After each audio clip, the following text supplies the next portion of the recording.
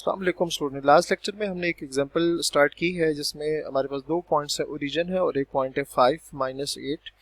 हमने प्रूव ये करना है कि ये दोनों जो पॉइंट है इस लाइन के ऑपोजिट साइड्स के अगेंस्ट लाई करें या एक ही साइड पर क्या करें लाई करें। तो इसमें हम क्या करेंगे, दोनों को बारी बारी इस इक्वेशन नंबर 1 की लेफ्ट साइड में पुट करते हैं। तो पहला पॉइंट हम कंसिडर करेंगे 0 0। तो रीजन जो है उसको 0 0 इसको हम देखते हैं। अच्छा, इसको कहाँ पुट करेंगे, इक्वेशन नंबर 1 की लेफ्ट साइड में। तो 3x plus 7y plus 15, x की वैल्यू 0 प्लस 7, y की वैल्यू 0 प्लस 15। तो यहाँ स्टूडेंट आंसर आ गया 15 विच इज ग्रेटर देन 0। इसका मतलब ये हुआ कि ये जो ओरिजिन है ये इस लाइन के अबव लाई कर है। ठीक है, अब दूसरे पॉइंट पे आ जाते हैं। दूसरा जो पॉइंट है वो है P 5 - 8। इसके साथ भी वही काम करेंगे कि इक्वेशन नंबर 1 की लेफ्ट साइड में पुट करेंगे इसको।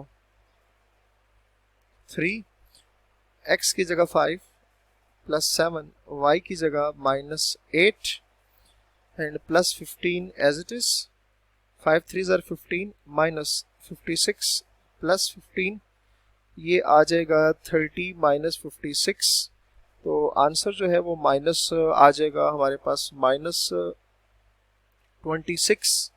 और ये क्या है, 0 से लेस है। क्या है, 0 से लेस। इसका मतलब ये है कि 0 0 जो है वो अबव द लाइन है और ये P जो है ये बिलो द लाइन। तो हम ये बात लिख भी लेते हैं। सो हम लिखेंगे सो ओरिजिन जो है इज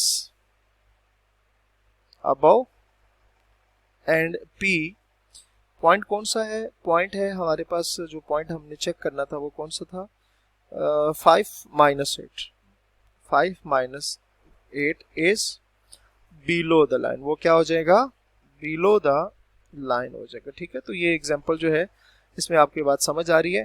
तो जब एक अबव हो गया और एक बिलो हो गया तो इसका मतलब क्या है, इसको सो हम कह सकते हैं कि ओरिजिन एंड पॉइंट P 5 - 8 ये क्या हो रहे हैं, on the opposite side, on the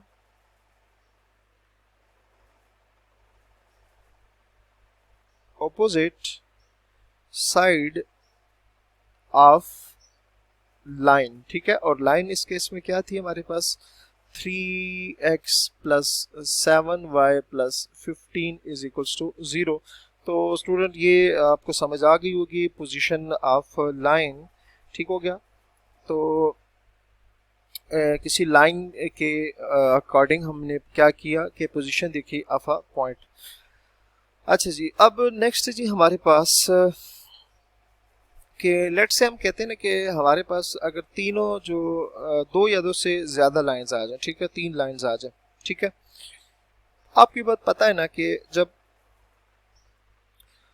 3 या 3 से ज्यादा लाइंस किसी एक सिंगल पॉइंट पर एक दूसरे को इंटरसेक्ट करें तो हम क्या कहते हैं कि वो पॉइंट जो है वो पॉइंट ऑफ कंकरेंसी है। तो इसमें हम वही डिस्कस करेंगे, the point of intersection, the point of intersection, the point of intersection. पहले हम 2 को देखेंगे और फिर 3 को देखेंगे। ठीक है, the point of intersection, the point of intersection of two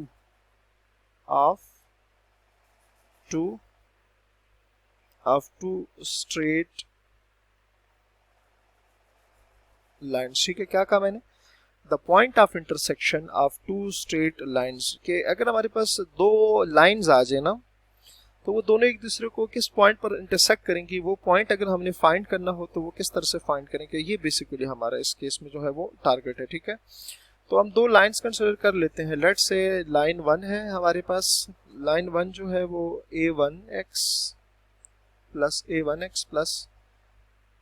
b1y plus c1 0, ये लाइन 1 आ गई है, इसको 1 कह देते हैं। और ये आ गई है लाइन 2। लाइन 2 है a2x plus b2y plus c2 plus C2 is equals to 0। इसको हम 2 का नाम दे देते हैं। ठीक है, अब इनका पॉइंट ऑफ इंटरसेक्शन फाइंड करने का मतलब क्या है वो जरा ग्राफिकली देख लेते हैं। ये लेट्स से ये आ गया, दो लाइन ड्रॉ कर लेते हैं, इसी में एक लाइन ये हो गया इसको, और दूसरी जो लाइन है उसको हम कह देते हैं ये, ठीक हो गया। ये आ गई लाइन 1 और ये आ गई है लाइन 2, ठीक है। तो जिस पॉइंट पर एक दूसरे को ये इंटरसेक्ट करेंगी ना, ये पॉइंट है बेसिकली हमारे पास पॉइंट ऑफ इंटरसेक्शन। वो क्या है? Point of intersection, point of intersection, ठीक हो गया। अच्छा, अब ये तो आगे ग्राफिकली पॉइंट ऑफ इंटरसेक्शन का मतलब क्या होता है। अब हमने क्या करना ये है कि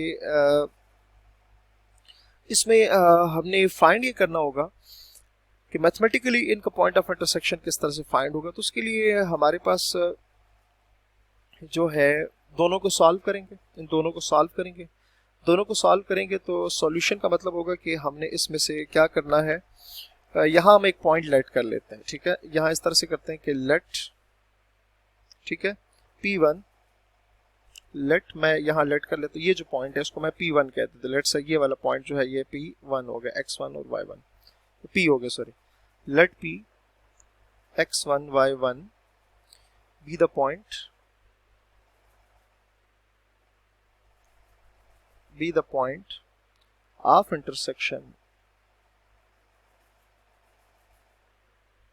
be the point of intersection of line 1 and line 2 then, ठीक है। मतलब लाइन 1 और लाइन 2 जिस पॉइंट पर एक दूसरे को इंटरसेक्ट करें वो उसको हमने P कह दिया। अब इस P के जो कोऑर्डिनेट्स हैं मतलब x1 और y1 वो बेसिकली किस तरह से फाइंड होते हैं, तो उसके लिए फार्मूला है। मतलब x1 फाइंड करने के लिए एक फार्मूला है b1 c2 minus b2 c1 over a1 b2 minus a2 b1, और y1 जो है वो है a2 c1 minus a1 c2 a1 c2 bye a1 b2 minus a2 b1, ठीक है। तो बेसिकली जो पॉइंट ऑफ इंटरसेक्शन है ना लाइन 1 और लाइन 2 का, उस पॉइंट के जो कोऑर्डिनेट्स है ना वो इन फार्मूलाज x1 और y1 के थ्रू वो हम फाइंड कर सकते हैं, ठीक हो गया। अच्छा, उसमें अब a1 भी गिवन है, b1 भी गिवन है, c1 भी, a2 b2 c2 भी गिवन है। तो ये हमारे पास बेसिकली क्या है, point of intersection between two line, तो इस तरह से फाइंड किया जा सकता है। नेक्स्ट हम जाएंगे जी पॉइंट ऑफ इंटरसेक्शन के बाद हमारे पास इसकी एग्जांपल है, वो ज़रा देखेंगे, उस एग्जांपल के थ्रू इसको समझने की कोशिश करते हैं। अपना बहुत सारा ख्याल रखें, अल्लाह हाफिज़।